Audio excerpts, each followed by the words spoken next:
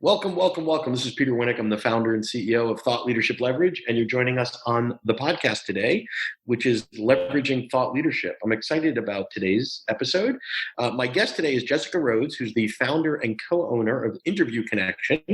Jessica is the leading expert on how to leverage podcast guesting for increased brand awareness, more leads, and higher profits. She has created the podcast booking industry way back in 2013 when she founded Interview Connections. Along with her business partner, Maggie, Jessica has quickly scaled Interview Connections to be over $1 million in revenue, and they are a full-service agency. She's also got the Rock the podcast. So this is so up our alley in terms of people booking people to be on podcasts for the purpose of leveraging, scaling, and all that. So welcome aboard, Jessica. Hey, Peter, thank you so much for having me on the show. I'm so excited to be here. So I guess, we say the grandmother instead of the grandfather of the podcast placement industry, right? Yes, I am the grandmother of the podcast booking industry. There you go. It's a young age to be a grandmother. So yeah, exactly. So I want to let's just make this a little bit meta and talk about podcasting a little bit. So clearly we're on a podcast. Tell us a little bit about the benefits that your clients see from being placed on the right podcast. Yeah, there are so many benefits. And that's one of the things that I love about this strategy is because the first thing that people think about is lead generation. I want to go on a show. I want to talk to a lot of people and I want them to reach out, right? And I'm like, it's so much more than that. Like there's so many other things that are beneficial about this strategy. And it's just great for credibility. We had a group call with our clients today, and one of our clients, whenever he sends out a proposal to a client, to a prospect, he includes in his proposal, here are our media appearances, and then he lists out a whole bunch of podcasts he's been on. So immediately he is, really edifying himself. He is showing his prospect that he gets interviewed, not waiting for them to find his interviews, but he is just putting it right there. Yep. Which is so smart. And obviously, we're talking about thought leadership. We're talking to thought leaders. Part of building up thought leadership is making sure that people you want to be attracting know that you are being presented as a guest expert on podcasts. So you have to do that work to get the shows out there to the right people. So promoting it, because that's a little bit of a misconception. People think I'm going to go on a show and only the people that are in that audience are going to find me, but it's really what you do with the show that helps you see and reap all the rewards from being a guest on podcasts. Yeah. Well, and it becomes an asset, right? So if you're on a show and you tag it appropriately after, I'm on this show and talk about this issue, and 6 months later you have a client that you're going to deal with that issue. So, you should probably listen to this because this is me talking about exactly the same scenario. So one of the pieces, it's podcasting is big now. People are listening to them, at the gym during, what used to be a commute. Remember when we commuted, when it wasn't from the kitchen to the other room, but they have to do micro podcasting, 7-second podcast for the home commute. What I find really, really cool about podcast as a place to both be a guest and to host your own is the long tail. Right. So, and it aligns with the way we work with our clients. So if someone comes to me and says, I'm going to write a book on leadership, I'm going to say, great. There's 87,000 books on leadership and the world doesn't need another one. Let's talk about your niche. Right. And what podcasts do is basically deliver to a guest a really, really targeted and defined niche, with the exception of an Oprah or something like, somebody big. Right. But how do you work with your clients to say, you know what, in this massive universe of hundreds of thousands of podcasts, I'm going to find the right ones for you based on your goals and objectives? Yes, absolutely. And I love that you pointed out that it is about getting in front of a really niche audience. A really great visualization exercise for people to do when they're thinking about being a guest is to imagine, hopefully, I'm sure a lot of people in the audience have been a breakout speaker at a conference, right? You get a session, you're speaking to a room, and if that room fills up, maybe you've got 200 people in that room, standing room only, you are over the moon thrilled to have 200 people targeted watching you speak. And that's exactly what it's like to be interviewed on a niche podcast. But to do that, but I want to push on what you said. So yes, having a breakout room with 200 people at the right industry event, right association, that's awesome. However, you had to get booked 6 months in advance. You had to get on a plane. You had to go there. There's expenses. There's a whole bunch of other things that happen. This is like, from home, you can do 5 a day or whatever. Exactly. And Yeah, I Yes, love it. exactly. That's why it's amazing. That's why we really show people that this is virtual speaking. And to kind of answer your Hmm. question about, finding the right shows, it's number one, being really clear on who your ideal client is. So just like you said, when someone says I'm a leadership expert, it's like, okay, well, let's narrow that down a little bit. Who are you Hmm. talking to? Are you talking to, managers in a large company? Are you talking to entrepreneurs who need to learn how to lead their own Yeah, team? Like, really narrow in on what your target audience is and then what your unique value add is for that target audience, because that's going to really help okay, well, this, podcast is speaking to this market, and that's exactly who I speak to, because hosts want to know, as you know, Peter, getting pitched, you want to know that your guests have value that is going to be super relevant to your audience, and sure. that your guests are going to be a good business connection for you, because we're all doing these interviews to grow our businesses, and so you want to make sure that you're doing really effective networking with the right people. So being really clear about who your target audience is and what you want to get from the interviews is going to help you look at the shows and know if it's a good fit or if it's kind of off the mark a little bit. Yep. So a couple of I want to take advantage of your expertise here for a couple of moments. So we get pitched a lot, and again, we're small, right? We are not a big deal at all, but it's interesting watching the whole ecosystem of, we're getting pitched. So anytime we get pitched by a third party, like your company pitches us a lot of great folks. I always look at that and say, okay, so somebody's making an investment, somebody's spending money, not just time, to hire someone who's got the expertise to connect them to the right audiences to get their message out to achieve an objective, sell their books, build their brand, whatever the case may be. I find it actually shocking to appalling sometimes how ill prepared some guests are. So I get a good pitch, I read someone's bio, I go, oh, that's interesting. Yeah, my audience might like that. Let me set up a pre-call. I don't ever put anybody straight up on the show. I always do a pre-call to make sure that we're a match, right? That's Mhm. not everybody does that. That's me, right? Yeah. And I'll ask them during that, okay, do you know anything about us? Have you listened to any episodes? Have you checked out our websites?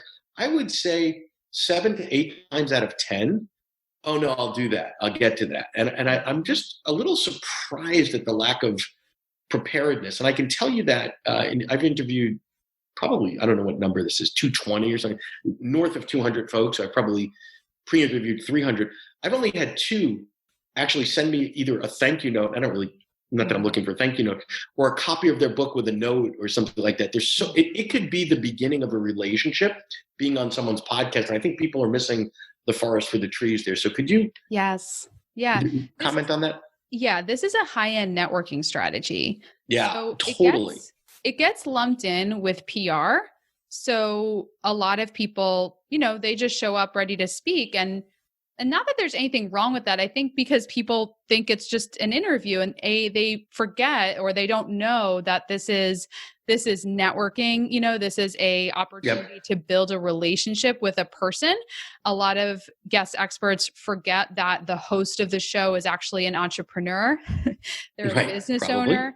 Right. They're not just hired to host a show. Like, they are an entrepreneur who could be your client, who could be referring business to you, who, maybe they have Sure. the source that you need. And so I think that there's just, one of the reasons that we do so much education through our podcast and our Facebook group is just to educate the market, because I Sure. don't think people have this like intention to show up and just be unprepared. It's like they literally don't know how to I think that's right. strategy. And I can tell you that only a handful of folks have said, "Oh, well, now that you get my work and you get my book, we had a good interview.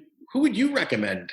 Whose show I would be on?" Like, very few people do. It's just interesting to me that there's a lot of this show up, hit the red light, and just go. And I think it is an opportunity to develop a rapport. It is an opportunity to get the message out. But you might want to go back to those people at another point in time for something else. The other piece I'll say is so that was sort of my whining about the pre-process. Now I'll complain about the post to just complete the Hatuna Matata of complaints. After, we are very deliberate in that when we publish this, so we usually tape about 6 weeks in advance, depending on our queue. And then when we put them out there, we'll put them on social, right? So we have a fairly strong following on LinkedIn and Twitter, whatever, and we push it out. And then we supply all of our guests with assets. Here's a JPEG of the cover of your episode, and here's some tweets, and here's some this. Would you please share it as well? And maybe 20, maybe 30% actually do it. And I find that really surprising, because you didn't just get on to talk to me for 20 minutes. Like, we're going to promote it. You promote, like, you're missing the back end of this thing. No, totally. And that's why I love that we started this conversation about how this is what you do with the interviews. It's not just who is in the existing audience of the show, but really this is a two-way street. This is about you promoting your appearances. I mean, we teach our clients to be promoting the fact that they got booked on a show, posting about it then, Exactly. after recording an interview saying, hey, had a great time recording with Peter. So excited. I'll be sharing this interview when it goes live. Like, all of that is so important. And I think a lot of entrepreneurs, it's like I'm sure you've interviewed somebody on like systems, because that is where a lot of thought leaders and coaches fail, because they're so creative and they're so visionary. They just want to be on working with their clients, and they don't have any systems in place to really make their marketing work for them. And that's really what it takes. Like, they're great guests, they're great speakers, but they're not doing anything with the interviews. And it really just comes down to, like, you have to have a system and you need to build out a team. A lot of people, they need someone to help them, which is why, like, I have my assistant Ava schedule this. Like, you and I had our pre-call, and then like Ava and Chris just worked everything out. Like, If you're enjoying this episode of Leveraging Thought Leadership, please make sure to subscribe. If you'd like to help spread the word about our podcast, please leave us a review and share it with your friends. We're available on Apple Podcast and on all major listening apps, as well as at thoughtleadershipleverage.com/podcasts. No, but I think it's interesting that you say that, because I mean, the part that I like is doing the pre-calls and talking to people because I'm curious, and I love the recording. Everything else, quite frankly, I would be a train wreck doing it. So we have systems and processes for how we do the pre-booking. When we book, how do we set up the records? When we have them in the queue, how do we tag the episode so we know how to read? I mean, I don't do that because I am incapable of doing that. Yeah. But if you don't have the systems and processes in place, I would argue it's kind of a waste of time to just jump on shows and record things. I agree. And that's like, I totally agree. I think it's really important, if you're not going to be promoting it, if you're not going to have a system in place, then why do it? And why bother? Yeah. The flip side of that is also, a lot of people get in like this analysis paralysis, and they're trying to make everything perfect before they actually get started. So you kind of have to be like doing both, like get on shows, but also know that alongside of that, of your interviewing, you need to be like setting up systems. And at first it can be really simple, and then it can be more complex, but you need to start, and you need to know that you need to be creating systems as you go. And it can be as simple as like having a Trello board where you're listing out your shows and, dragging and dropping, okay, I sent my promotion, or I sent a thank you note. And then, so it can be as simple or as complex, but I think that is so, so important for all the thought leaders listening to know that just getting on the show and putting your feet up is not enough. You do need to have systems in place to really leverage the interviews and get the most out of them. Well, I think it's very much parallel to the difference between writing a book and successfully deploying and marketing a book. Two very different skills, but if you don't do both, then why do one, right? I want to ask some questions around success. And what I mean by that is, whether anecdotally or whatever, what are some of the great outcomes that have happened for your clients as a result? Because this is not a get rich quick. It's not like you get on one podcast and the next day, 30 clients are lined up at your door throwing money at you. It doesn't work like that. But give me a sense of those that, sticking with it, outcomes, client acquisition, return on investment, because we're not doing this for fun for most of us. Or it is fun. And I will say that our clients that see the greatest results from this strategy of doing podcast interviews are the ones that have committed to it long term. They didn't do it for a few months. Something you hear all the time, let me try it for 3 months and see if it works. It won't. You do have to do it long term.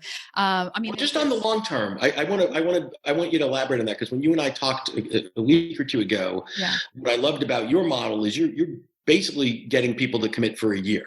Because there's a lot of sort of, I don't want to say fly by nights, but try this for 3 months. And it's like, you did 8 shows, you sit back, you wait for the world to return. I love the idea of being able to commit, as you should with most things that you do, for some deliberate period of time, limited downside, you know what your costs are, and monitor the upside. So tell me about your belief and commitments. I think it's super important to commit to most marketing strategies for at least a year, especially content marketing strategies that are not direct advertising. With like Facebook ads, of course, like you can run an ad for a couple of months and like see pretty quickly. But with something like this, there is a lead up time between when you're recording an interview to when it goes live to when then people start hearing it. And a lot of listeners need to hear you. Well, people need to be touched by you like 16 times before they know if they're going to buy. So you can't expect someone to hear you on an interview for the first time and be ready to pay you $10,000. Like it's not most likely not going to happen. So I'll just give you a couple of examples. Our clients, Jack and Michelle Bosch, they are leaders in the land investing niche. So they have a course on how to find land. They are real estate investors. They have their own podcast. They get interviewed. So their course is $1,500. And they will partner with hosts to see if they'd like to be an affiliate. So the host can get, a cut of that. And just one podcast interview, they sold 15 courses. Wow. So that's do the math there. And then they have a whole ascension model. So they have a software that they sell, they do coaching. And so they've attributed $150,000 in sales over the last year doing like 50 interviews because people find them, they go to their free, seminars and upgrade there. So that's one really cool example. We have another client who's a certified financial planner, Mark Willis, and he looks at all of the shows he's done and he goes, 266,000 in sales from podcast interviews. These are listeners reaching out, hopping on a console call, and then becoming a client of his financial planning firm. So just like loads of examples like that. So when you look at the number of listeners that converted into a sale, it's a pretty small percentage of probably the number of listeners, but the key is converting them into a high-end program. So let's stay on that for a minute, because one of the, I don't want to call it a fad, but everybody was doing sort of book tour podcasts a while ago, right? And just doing the book tour. And if you're measuring the impact or the ROI of number of units sold, it's going to be a loser, right? Because if you spend whatever, pick a number, 10 grand to be on a zillion shows, and then you look at the end of the day like, oh man, I sold, 82 books or whatever. However, your point is the metrics of you've got to have the right product suite that is at the right price point, whether it's 1,500, 10,000, whatever that is, to be able to attract a very, very small percent that will convert over time into your system. And then you just figure your net customer acquisition cost. Yes, absolutely. Yeah, 100%. We typically won't even take on a client if the lifetime value of a client for them is less than a few $1,000s, because it's very difficult to get a return on investment when you don't have a higher end program to sell. And then there's also the intangible benefits that it's hard to quantify, but when you go on 50 podcasts in a year, that's probably about 50 backlinks that you're getting to your website. And again, these are the things that a lot of us thought leaders, we don't think about a lot because we're in the creative side of our business, but you want people to find your website. And part of that is having other people online backlink to it. So Google shows you first. And we have, people pay a lot of money for backlinks. I had a client once that says, I'll pay $300 for a backlink. Well, you get a backlink by being on a podcast, plus the benefit of the relationship with the host, the exposure to that audience, and the content that is created. Because you can take that interview, listen to it, get a bunch of quotes that you said, use that as social media posts. The list goes on. Well, I also think there's a long tail piece. So one of the things that we know looking at our data is when someone sort of comes into the fold, maybe they were a guest and they're like, I'm going to go check some of these out. They tend to go back to some of the earlier episodes. So we watch that, right? And episodes that were recorded 2 years ago are getting exposure. And we tend to record in a fairly evergreen fashion. So we don't talk a lot about what, the weather today or, whatever the sports season is or whatever. We're sticking to what we stick to, so that our objective is whether somebody listens to this podcast today or in a month or 6 months or a year, it should still be valuable to the right person at the right time. And I think that's important. Yeah, I completely agree. That's definitely what I'm teaching my clients now, because we're going to keep this evergreen, but there's stuff happening right now that is unique to today. And I said, listen, you want to be relevant to the times, but what you say today needs to still be relevant to a listener who finds it next year, because they will find it next year, and you don't want there to be a disconnect. Yeah, exactly. Any final thoughts or recommendations on maybe types of folks this works best for, do's and don'ts? Any final words of wisdom? Yeah, I think it works best for entrepreneurs, thought leaders who have a message where they want to have an impact on the world. Because I don't think that money is enough to drive you through a year of doing a strategy before seeing results. You have to know that, okay, I haven't landed a client yet, but I had a listener tell me that their life was changed from my interview, and that needs to drive you forward. And you have to be at a point in your business where you can afford to invest in a strategy that doesn't necessarily, pay off right away. So having that impact and having the cash flow to be able to invest in your future self is what's moving forward. Great. Well, this has been awesome. I appreciate your time and definitely a topic that we're both quite passionate about. So I appreciate all your insight today. Thank you so much, Peter. Thanks. To learn more about Thought Leadership Leverage, please visit our website at thoughtleadershipleverage.com. To reach me directly, feel free to email me at peter@thoughtleadershipleverage.com. And please subscribe to Leveraging Thought Leadership on iTunes or your favorite podcast app to get your weekly episode automatically.